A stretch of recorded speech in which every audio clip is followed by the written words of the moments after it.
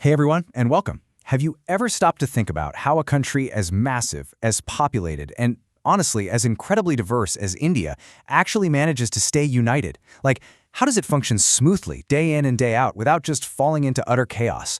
Well, the secret lies in what I like to call the ultimate democratic balancing act. In today's explainer, we're going to unpack exactly how this works by diving deep into federalism. So let's jump right in and build complete conceptual mastery of this really fascinating system. Here is our roadmap for today. First, what is federalism? Second, features and federal routes. Third, the Indian federal blueprint. Fourth, federalism in practice. Fifth, India's linguistic diversity. And finally, check your understanding. All right, section 1. What exactly is federalism? To really get what federalism is, just think about how your school is run for a second. You have a principal who makes the big rules for the entire school, right? But you also have class teachers who manage the day-to-day activities of your specific classroom.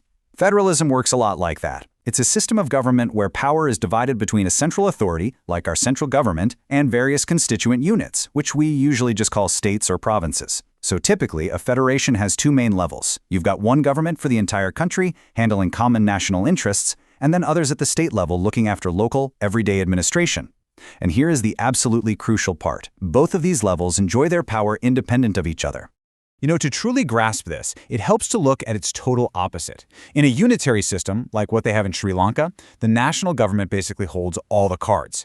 The central government can literally just pass down orders to provincial or local governments because those subunits are entirely subordinate. But in a federal system, no way. The central government cannot just boss the state government around. The state has its own powers, and both levels of government are separately and directly answerable to the people. It's all about sharing power, not hoarding it.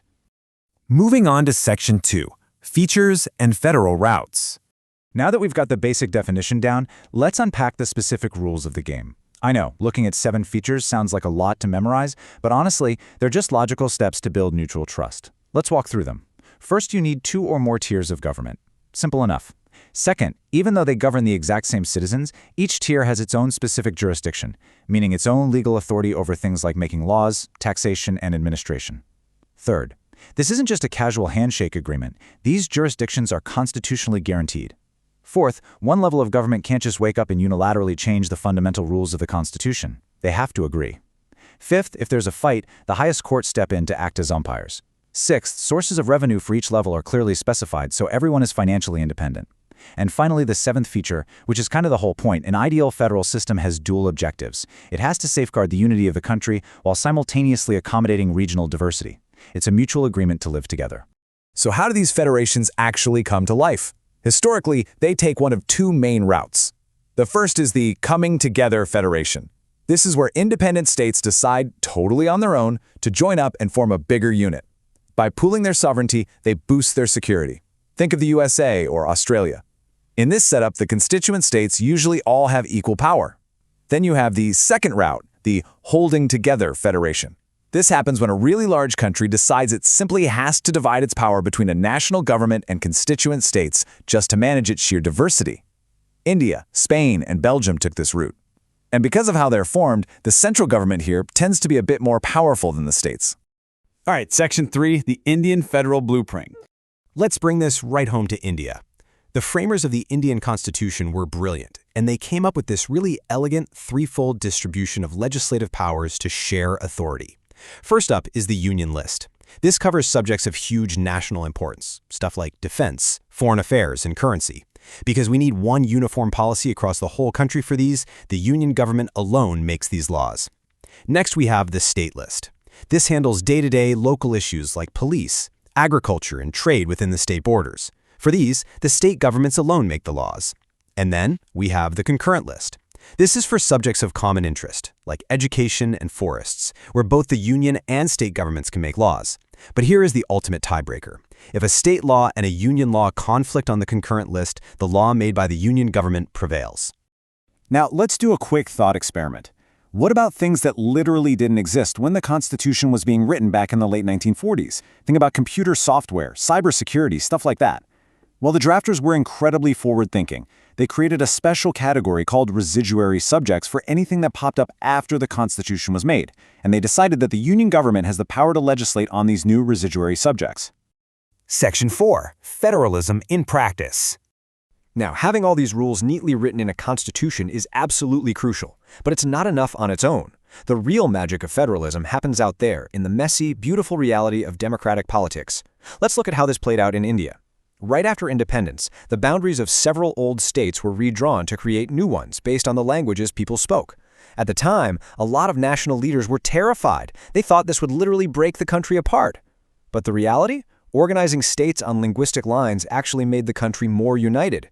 It made administration easier and proved that respecting regional identities doesn't weaken a nation, it actually holds it together. The way power is actually shared has also evolved a ton over the decades. The story of center-state relations is super interesting. For a really long time after independence, the exact same political party ruled at the center and in most of the states. Because of this single-party dominance, state governments didn't really get to flex their muscles as autonomous units. And it gets worse. When rival parties finally started winning at the state level, the central government would often just misuse the Constitution to arbitrarily dismiss them. That completely went against the spirit of federalism. But thankfully, things changed. We entered this era of coalition governments, which forced a new culture of power sharing. Plus, the Supreme Court stepped in with some major judgments that made it incredibly difficult for the central government to just dismiss state governments whenever they felt like it. Because of this, federal power sharing is way more effective today than it was in the past. Which brings us to Section 5, India's linguistic diversity. The ultimate test for the Indian Federation has been managing our mind-boggling variety of languages. I want you to lock in this number right here, 22.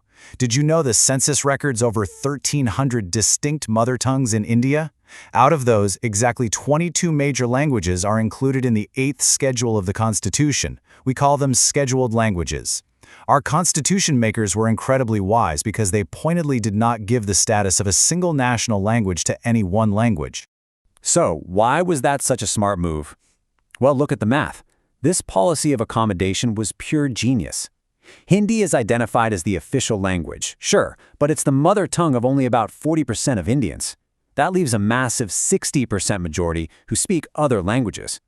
If the government had tried to aggressively force Hindi on everyone, it could have alienated more than half the country. Instead, candidates for central government exams can choose to take tests in any of those 22 scheduled languages, and states have their own official languages for their own government work.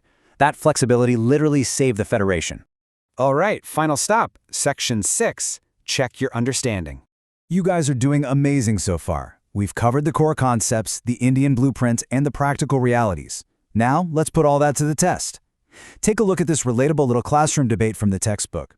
3 students are arguing about India's language policy. Sangeeta says, the policy of accommodation has strengthened national unity. Arman argues, language-based states have divided us by making everyone conscious of their language. And Harish claims, this policy has only helped to consolidate the dominance of English. Take a sec. Based on everything we just talked about regarding those 22 scheduled languages, who do you think is actually making sense here? If you said Sangeeta, you nailed it. Sangeeta is spot on. As we saw with the linguistic map and the scheduled languages, respecting diversity didn't cause divisions. It actually prevented conflict and allowed people to embrace their regional identity while remaining fiercely proud Indians. It proves that unity does not mean uniformity. Let's try another one, going right back to our core definition. The distinguishing feature of a federal government is A. The national government gives some powers to provincial governments. B. Power is distributed among the legislature, executive, and judiciary. C. Elected officials exercise supreme power. Or D. Governmental power is divided between different levels of government. Think back to the very first concept we unpacked today. It's D, for sure. Remember, in a federal system, the central government isn't just handing down power as a favor. That's what a unitary system does. Instead, governmental power is constitutionally divided between independent levels of government. Great job if you spotted that distinction. Okay, one last challenge. Let's tackle this slightly trickier multi-statement question. We need to figure out which of these are correct. Statement A. In a federation, powers of federal and provincial governments are clearly demarcated. Statement B. India is a federation because powers of union and state governments are specified in the Constitution. Statement C. Sri Lanka is a federation because it is divided into provinces. Statement D. India is no longer a federation because of local government devolution. Let's use some elimination logic here. The right choice is C, so only statements A and B are correct. Let's break down why. and B, perfectly describe the key features of federalism we discussed, like India's three-list blueprint. But why is C wrong? Well, we learned earlier that Sri Lanka is a unitary system, not federal, because the central government holds all the real power, even though they have provinces. And D is just totally backwards. Adding a third tier, like local panchayats, actually makes India more federal by sharing power even further down to the grassroots. You guys have completely crushed this chapter today.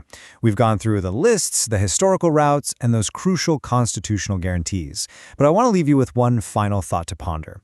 As we've seen, having written rules in a constitution is totally necessary, but it's not enough on its own. The real success of federalism relies on mutual trust. So ask yourself, if the success of federalism isn't just about the laws on paper, what role does the democratic spirit of citizens, our actual respect for diverse cultures and languages, play in holding a massive country together? Keep that in mind as you watch the news or look at the world around you. Thanks so much for joining me on this explainer, and keep that curiosity alive.